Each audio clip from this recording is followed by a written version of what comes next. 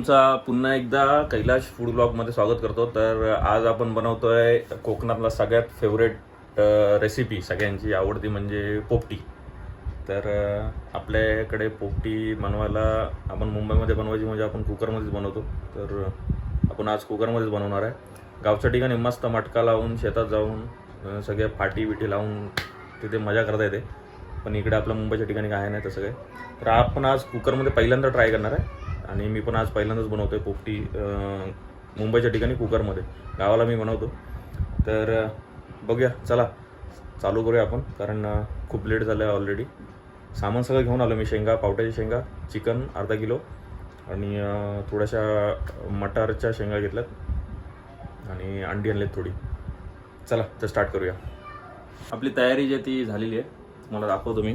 हे इकडे मी शेंगा घेतल्यात, हे बांबरोडाचं पालं आहे आणि हे चिकन मी मीठ मसाला लावून ठेवलं आहे आणि हे मी खारं मीठ घेतलं आहे, जाडं मीठ घेतलं आहे आणि इकडे कुकर आहे. तर हे स्टेप बाय स्टेप मी तुम्हाला दाखवतो कसं करायचं. मित्रांनो, कॅमेरा पकडायला कोण आहे ना जरा समजून घ्या. तर दिसतं व्यवस्थित.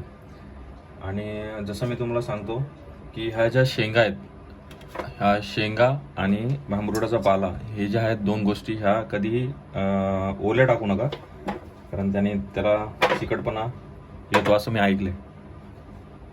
तर मी त्यांना धुवून घेतले पहिले आणि सुकून घेतलेत. आता पहिलं कुकरला पूर्ण आपण तेल लावून घेऊया. पूर्ण ह्याला तेल लावून घेऊया.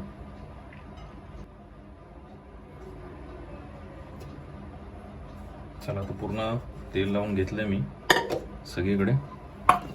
तेल याच्यासाठी लावायचं कारण ते चिकटायला नको म्हणून सगळीकडे.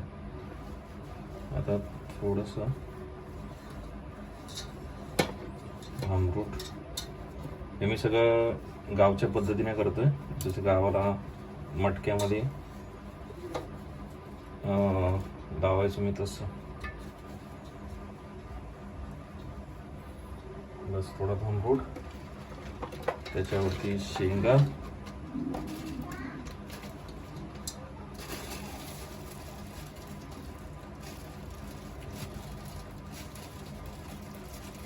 काही लोक मीठ पहिलं चोळून घेतात.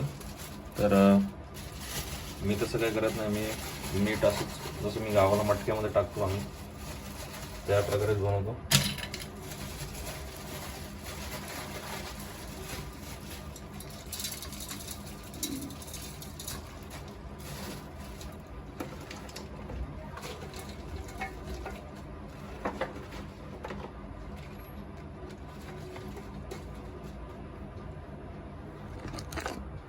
बस अशा थोड्या शेंगा, थोडंसं अजून मीठ मारतो.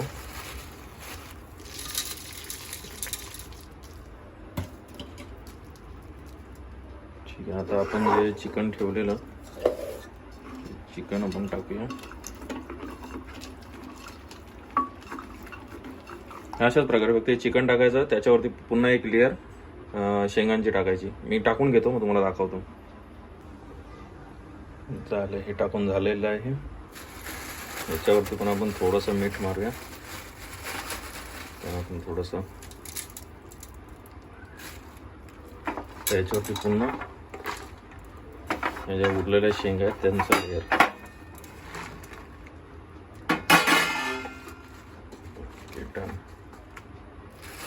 त्याच्यावरती पुन्हा थोडंसं मीठ. मी इतकं मीठ मारतोय पण खारट नाही झालं पाहिजे, कारण इकडे ॲक्च्युली शेंगा कमी पडत आहेत आणि भांबरूडचा पाला पण थोडासा कमी आहे.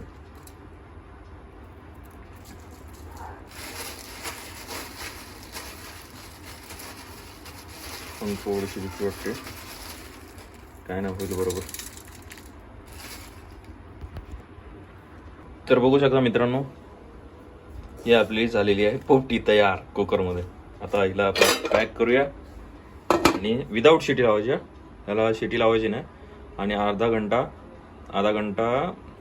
याच्यावरती मीडियम फ्लेमवरती याला आपण कुक करायला ठेवूया. हे बघा मित्रांनो, शिटी न लावण्याचा फायदा हा आहे, कारण का हे तुम्हाला फ्लेम दिसत असेल वरती, कारण हा असा धुवा बाहेर निघाला गरजेचं आहे, नाही तर शिटी लावल्याच्या नंतर कसं ते पूर्ण जाम होऊन जाईल आणि पाणी आपण टाकलेलं नाही त्याच्यासाठी. तर चला आता अर्धा तास अजून वाट बघायचं, अर्धा तास नाही अजून 10 मिनटं झालेत, अजून 20 मिनटं मी ठेवेल. 20 मिनटाच्या नंतर मग आपण थोडंसं एकदम लो फ्लेमवरती ठेवूया एक 10 मिनटं. त्याच्यानंतर मग स्मेल तर आपोआप येईलच भांबरूड आणि शेंगांचा, त्याच्यावरून समजून जाईल आपली पोपटी शिजली की नाही शिजली. खूप दिवसानंतर पोपटी खाईल, कारण गेल्या वर्षी मी खाल्लेली गावाला आणि त्याच्यानंतर मी ह्या वर्षी ती पण मुंबईमध्ये खाईल. चला फायनली मित्रांनो आपली पोपटी झालेली आहे रेडी. दाखवतो तुम्हाला. हा आपला एक कुकर आणि ही मोठी परत घेते मी, दाखवतो तुम्हाला कशी झाली मला पण माहिती. हो हो हो हो हो हो हो हो हो.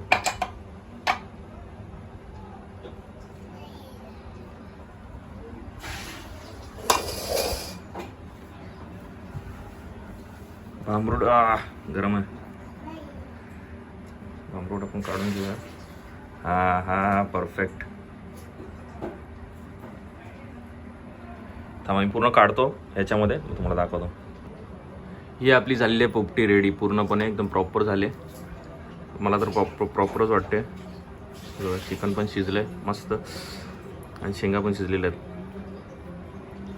तर जेव्हा अर्धा तास मी तुम्हाला त्या दिवशी मगाशी बोललेलो की अर्धा तास आपण गॅसवरती विदाऊट शिटी ठेवूया. मी विदाऊट शिटी अर्धा तास ठेवली. त्याच्यानंतर मला थोडंसं डाऊट आला, कारण तेवढं नव्हतं म्हणजे शिजल्यासारखा वास येत होतं, नव्हता येत. तर मी पुन्हा मग त्याला शिट्टी लावली आणि 3 शिट्ट्या केल्या पुन्हा, म्हणजे फास्ट गॅसवरती. असं झालं. तर आता असं वाटतं की शिजलं आहे पूर्ण. बघूया खाऊन.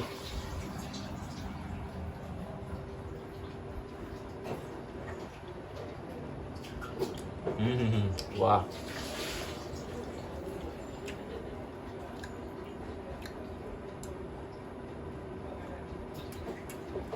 वा वा वा वा, एकदम परफेक्ट झाले. मीठ पण एकदम बरोबर परफेक्ट बसला. तर आपली पोपटीची रेसिपी कशी आवडली मी बोलते. मला तर आवडली. तुम्हाला कसं वाटलं मला सांगा. थँक्यू.